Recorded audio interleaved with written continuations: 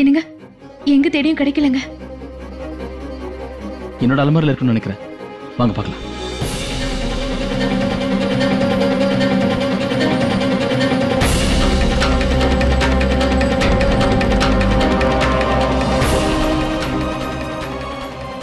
இது துணியெல்லாம் எப்படி இங்க? என்னங்க, நேத்து வெயில் அதிகமா இருந்ததுன்னு மொட்டை மாடியில காய போட்ட துணிங்க எல்லாம் இதுதாங்க. இதெல்லாம் எப்படி இங்க வந்ததுன்னு எனக்கு எதுவுமே புரியல. கொஞ்சம் சீக்கிரம் கொண்டு வாங்க.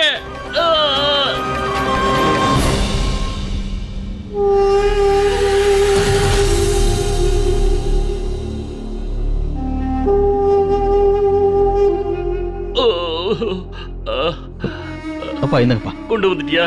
உயிர் போற மாதிரி இருக்கு. வலி ரொம்ப அதிகமா இருக்கு. எப்போ இப்படி இருந்ததே இல்ல. கஸ்தூரி, சொல்லுங்க அண்ணி. உள்ள அலமாரியில எங்களோட துணிங்கெல்லாம் இருக்கு. அண்ணி, எல்லாரும் மொட்டை மாடியில துணி காய போடுவாங்க. ஆனா சாயந்தரத்துக்குள்ள துணி எல்லாத்தையுமே எடுத்துடணும். உங்களுக்கு தெரியுமா, இந்த ஊர்ல நிறைய குரங்குங்க இருக்கு. கஸ்தூரி, எதுக்கு அங்கே நின்னு சும்மா பேசிட்டு இருக்க? வந்து எல்லாருக்கும் சாப்பாடு எடுத்து வை. ஏதோ தப்பு நடக்குது. எனக்கு இப்ப நிறைய வேலை இருக்கு அண்ணி, நான் போறேன். அது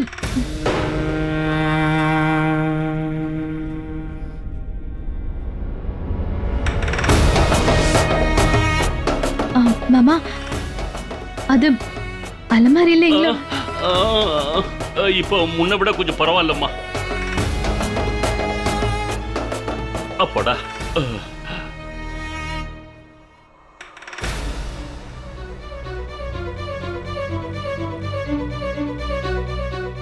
சரிப்பா,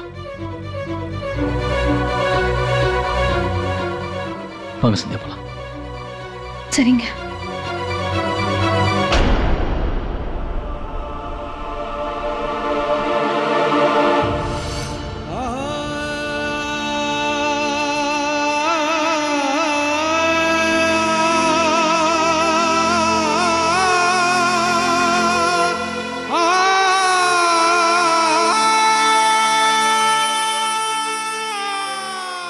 ஒன்னும் புரியல.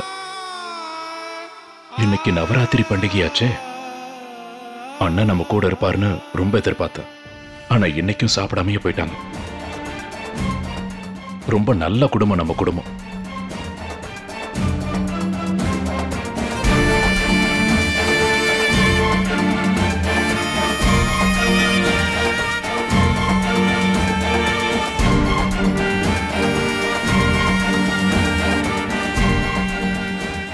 நில்லு சூர்யா.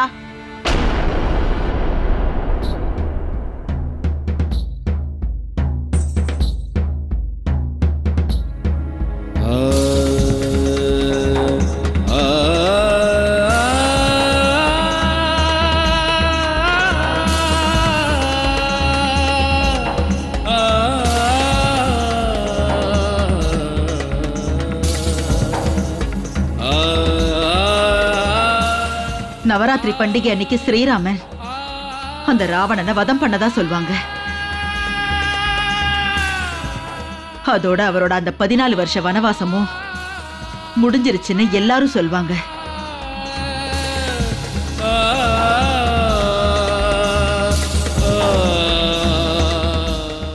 அந்த வனவாசம் முடிஞ்சதும் ராமரும் சீதையும் அவங்களோட நாட்டுக்கு, அதாவது அயோத்தியாவுக்கு சந்தோஷமா திரும்பி வந்தாங்களாம்.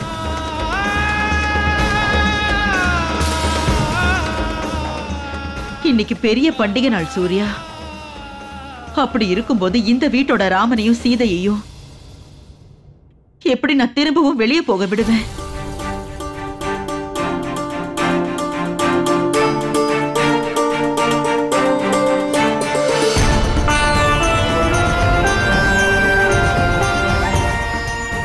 இன்னிலிருந்து நீங்க 2 பேரும் உங்களோட 15 நாள் வனவாசத்தை முடிச்சுக்கலாம்.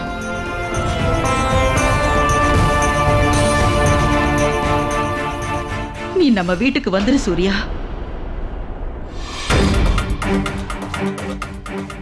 இங்கேயே வந்துரு.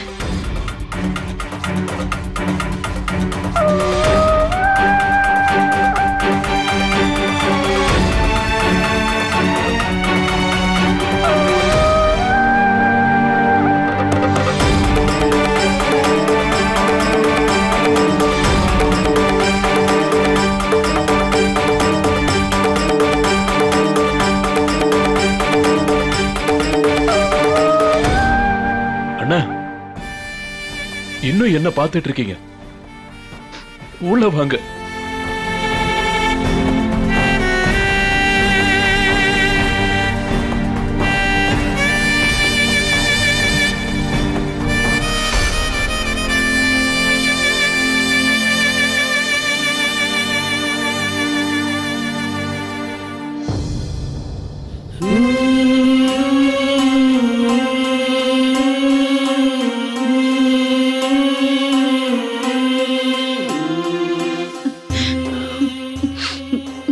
எழுந்திருப்பா.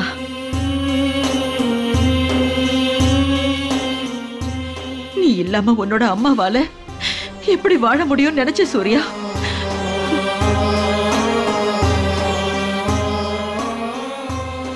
ஒருவேளை இன்னைக்கு மட்டும் நீ வராம போயிருந்தா அதுக்கப்புறம் உன்னோட அம்மா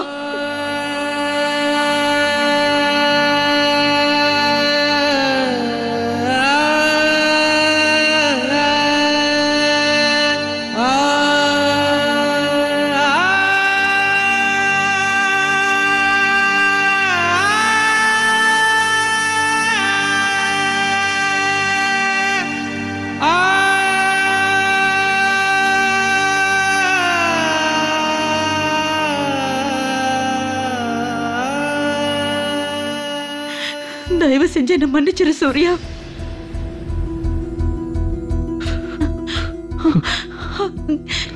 சூர்யா, தயவு செஞ்சு அழாதப்பா. ஏன் இப்படி சின்ன குழந்தை மாதிரி அழுதுட்டு இருக்க? இங்க பாரு, நான் ஒண்ணும் அழல இல்ல. ஆனா ஒண்ணு சூர்யா, நீ இல்லாம மட்டும் என்னால வாழவே முடியாது கண்ணா.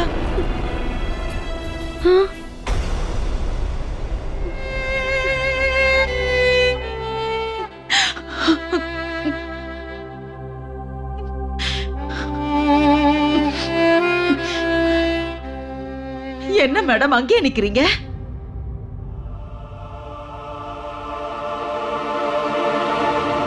அப்படியே வீட்டு வாசல்ல தபால்கார மாதிரி ஏன் நின்னு பாத்துட்டு இருக்க?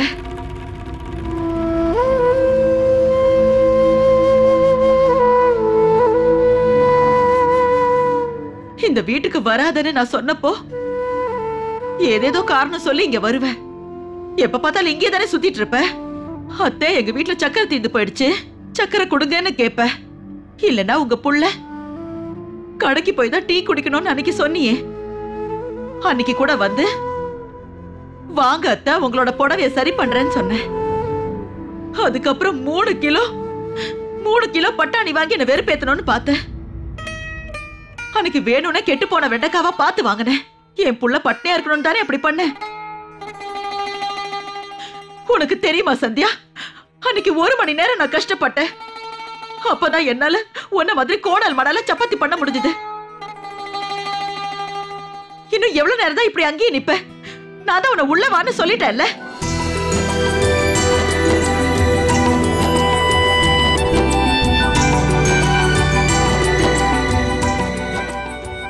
எந்த அவசியமும் இல்ல சந்தியா. வீட்டோட மகாலட்சுமி தீபாவளி எனக்கு தான் வரணும்னு அவசியம் இல்ல.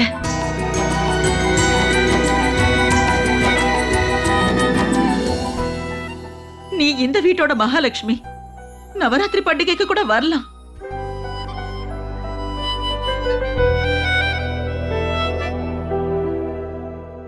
உள்ளவம்மா சந்தியா, தயவு செஞ்சு இங்கேயே வந்துடு.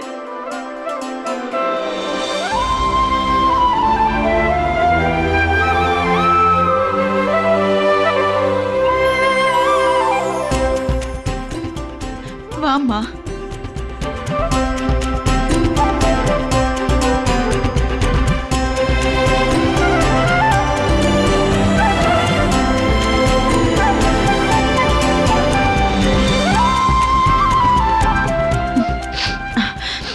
எழுந்திரு சந்தியா.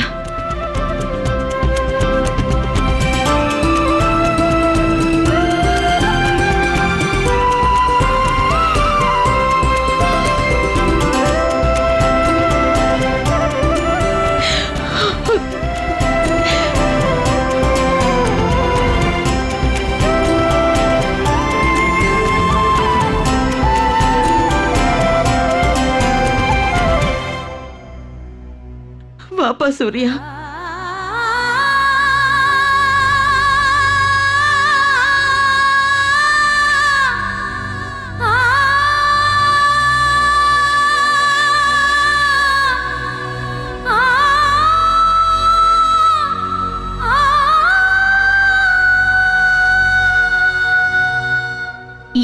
என்னங்க, என்ன ஒரு தடவை அப்படியே மெதுவா கில்லுங்கள.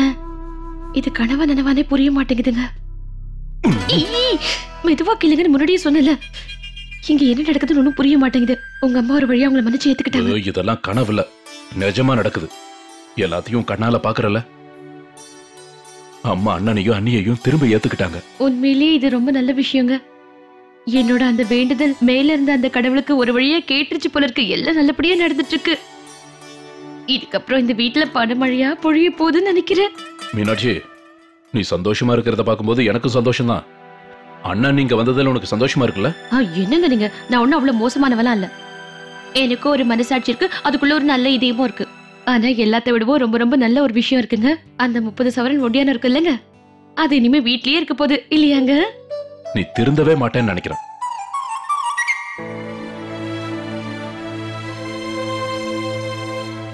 நீங்க 2 பேரும் இல்லாம என்னால நிச்சயமா வாழவே முடியாது. நீங்க இல்லாம இந்த வீடே இல்ல.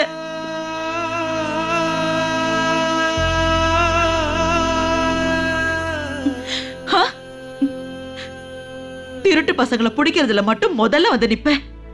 எப்படியாவது அவங்கள தேடி கண்டுபிடிச்சிருவேன். ஆனா இன்னைக்கு ஓ வீட்லயே திருட்டு போயிருக்கு. அவங்கள உன்னால கண்டுபிடிக்க முடியலையா? உங்களோட துணி எல்லாத்தையும் திருடினது இங்க இருக்கிறவங்க தான். இந்த வீட்டுக்குள்ளதான் இருக்காங்க.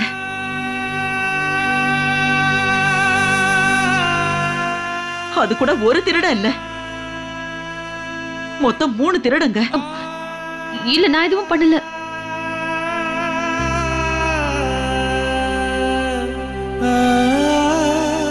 ரொம்ப சந்தோஷம் சந்தியா. சூர்யா,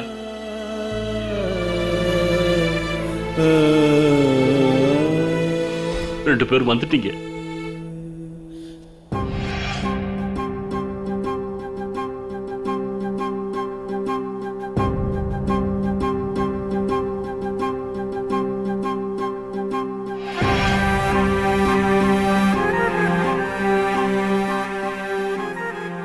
இதோ பாருமா சந்தியா, இதோ பாரு, மொத்த தப்பு ஒண்ணு நம்ம 3 பேர் மேல இல்ல. உண்மையை சொல்லணும்னா திருடினது ஒண்ணும் நாங்க கிடையாது. யாரோ எங்களை திருட சொன்னாங்க. என்ன, கஸ்தூரிய, சோட்டோவா அனுப்பி வச்சாங்க. உங்க அம்மா சொல்லிதான் அதை திருட்டு வேலையே பண்ணோம். என்ன சரோஜா? சரோஜா, இங்க எல்லாரையும் திருடங்களாக்கிட்ட. சொல்ல போனா இந்த நல்ல காரியத்தை செய்யறதுக்காக நாங்களும் திருடங்கள் ஆயிட்டோம்.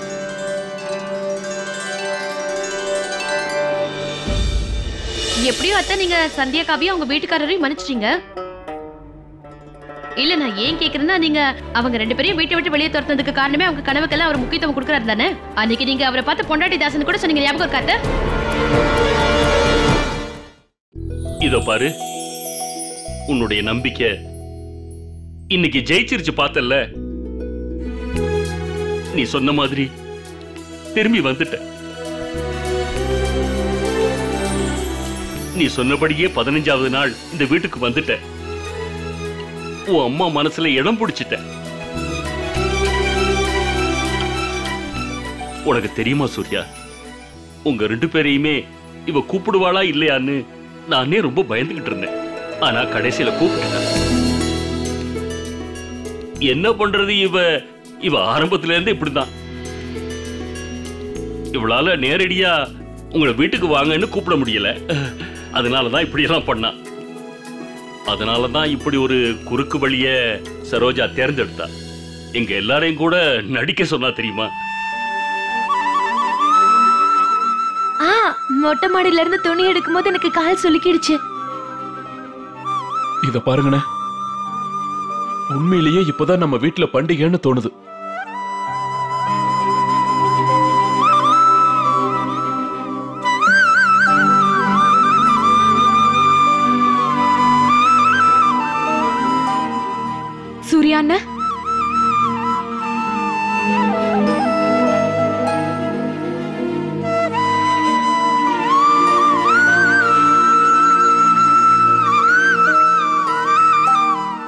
சந்தியாக்கா, இங்க எல்லாருக்குமே இதை விட பெரிய சந்தோஷம் இந்த பண்டிகைக்கு இருக்கவே முடியாது. சந்தியாக்கா, உண்மையிலேயே இன்னைக்கு இந்த மீனாட்சிக்கு கூட அழுகு வருதுக்கா. ஆனா ஒரு சந்தேகம் அத்தை, இப்ப கூட எனக்கு என்ன தோணுதுன்னா, இதெல்லாம் உண்மை என்னால நம்ப முடியல அத்தை. நீங்க திருட்டு வேலை பண்ண பாத்தீங்களா அத்தை? இல்ல துணிமணியை திருடுறதுக்கு இவங்களை எப்படி இல்ல? நான் என்ன சொல்ல வரேன்னா அத்தை, அது நான் திருட்டு வேலை பண்றது மட்டும் இல்ல, ஒரு நல்ல காரியம் நடக்கணும்னா 1000 பொய் சொல்லலாம்னு பெரியவங்க முன்னாடியே சொல்லிருக்காங்க. அதனாலலாம் ஒண்ணும் இல்ல. ஆனா நீங்க ஒண்ணும் பொய் சொல்லல அத்தை. பொய் சொன்னது கஸ்தூரி தானே. என்ன கஸ்தூரி, நீ அப்பவே சொல்லிருக்கலாம்ல, உன் கால்ல எப்படி அடிபட்டுச்சுங்கிற விஷயத்த, நீ பண்ண இந்த வேலையை பத்தி நீ அப்பவே சொல்லிருக்கலாம்ல. அப்புறம் அத்தை, நீங்க சந்தியாக்காவையும் அவங்க வீட்டுக்காரரையும் மன்னிச்சு ஏத்துக்கிட்டீங்களா என்ன? இல்ல, நான் ஏன் கேக்குறேன்னா, நீங்க இவங்க 2 பேரையும் வீட்டை விட்டு துரத்துனதுக்கு முக்கியமான காரணமே அவர் பொண்டாட்டியோட கனவுக்கு முக்கியத்துவம் கொடுக்கறாரு தானே. அன்னைக்கு நீங்க அவரை பார்த்து பொண்டாட்டி தாசன் கூட சொன்னீங்க, மறந்து போயிட்டீங்களா அத்தை? மீனாட்சி, ஒரு குடும்பத்துக்கு நான் தலைவியா இருக்கலாம், ஆனா அதுக்காக எனக்கு எல்லாம் தெரியும்னு அர்த்தம் இல்ல. மனுஷங்க எப்பவுமே சாதாரண மனுஷங்க தான். எப்பவுமே மனுஷங்க தானே தெரியாம தப்பு பண்ணுவாங்க. இல்லப்பா சூர்யா,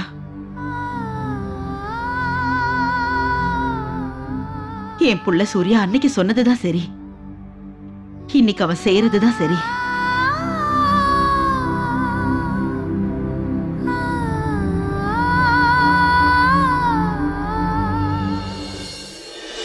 உன்னோட அப்பா அம்மாவை நினைக்கும் போது எனக்கு உண்மையிலே ரொம்ப பெருமையா இருக்கு. நல்ல புள்ளைன்னு ஒன்னதான் அடையாளம் சொல்லுவாங்க சூர்யா.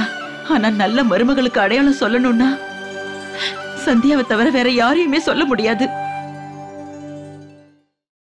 தப்பு பண்ணது நான் தான் எனக்கு தெரியும். என் புள்ளையையும் மருமகளையும் நான் புரிஞ்சுக்கல.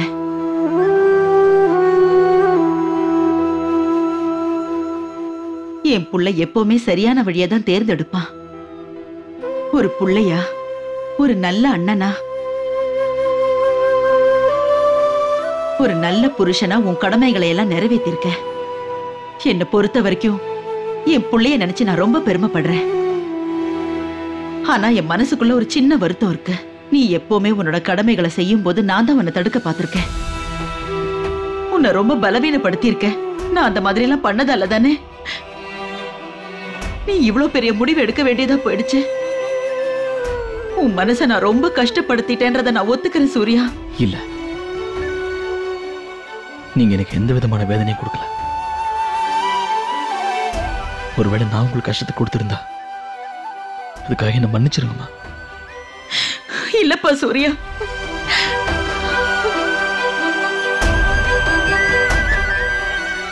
அழாதீங்கம்மா. நீங்க வாழக்கூடாது.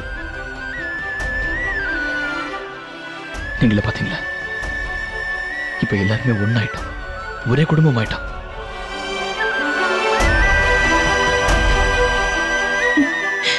சூர்யா, எல்லாரும் சொல்லி நான் கேட்டிருக்கேன்பா. பொண்டாட்டி தான் புருஷனோட நிழல்னு சொல்லுவாங்க. பொண்டாட்டி புருஷனுக்கு துணையா இருந்தா, அவனுக்கு பக்க பலமா இருந்தா, அது அவனுக்கு தான் ரொம்ப அதிர்ஷ்டம். ஆனா புருஷனோட தலைக்கு மேல ஏறி உட்கார்ந்தா புருஷனுக்கு அது துரதிர்ஷ்டம்னு சொல்லுவாங்க.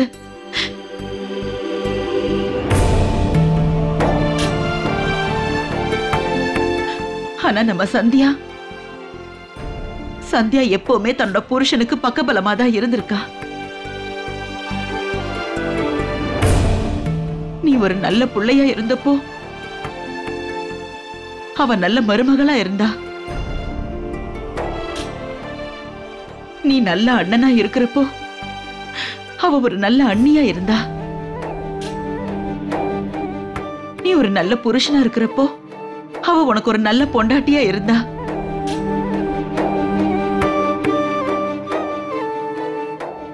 என்னோட புள்ள சூர்யா அவன் தங்கச்சிக்கு ஒரு உதவி பண்ணணும்னு நினைச்சப்போ சந்தியா கொஞ்சம் கூட யோசிக்காம அவன் நகைகளை தூக்கி கொடுத்துட்டா.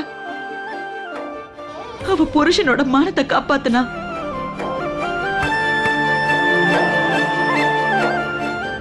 புருஷனுக்கு மட்டும் இல்ல, புகுந்த வீட்டுக்கே மரியாதையை தேடி கொடுத்தா. என்ன பொறுத்த வரைக்கும் என்னையும் என் குடும்பத்தையும் தலைகுடிய விடாம சந்தியா தான் காப்பாத்தி இருக்கா. எல்லாரும் சொல்வாங்கல்ல, நல்ல அப்பா அம்மாவோட குழந்தைங்க நல்ல பிள்ளைங்களா தான் இருப்பாங்கன்னு. இவ்ளோ பெரிய தியாகத்தை பண்ணதுக்கு அப்புறம் கூட எனக்கு நல்லா தெரியும், சந்தியாவுக்கு அவளோட நகைகளை தூக்கி கொடுக்கும் போது கொஞ்சம் கூட வேதனையே இருந்திருக்காது. உண்மையிலே அந்த அப்பா அம்மா ரொம்ப கொடுத்து வச்சவங்க. என்ன அவங்க பிள்ளைங்க, அவங்க இல்லைன்னா கூட அவங்களுக்கு நல்ல பேரை வாங்கி கொடுப்பாங்க.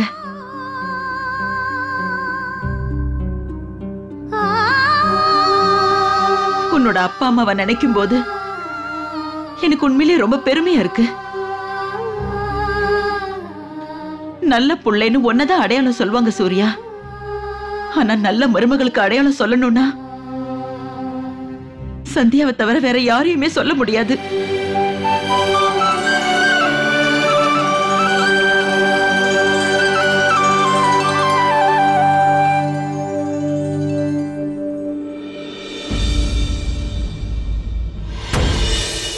இந்த வீட்டை பொறுத்த வரைக்கும் நீங்க 2 பேரும் தான் ராமனும் சீதையும். ஆனா ஒரு விஷயத்தை மட்டும் ஞாபகம் வச்சுக்கோங்க, ராமனும் சீதையும் எவ்வளவோ பெரிய பெரிய தியாகம் எல்லாம் பண்ணாங்க.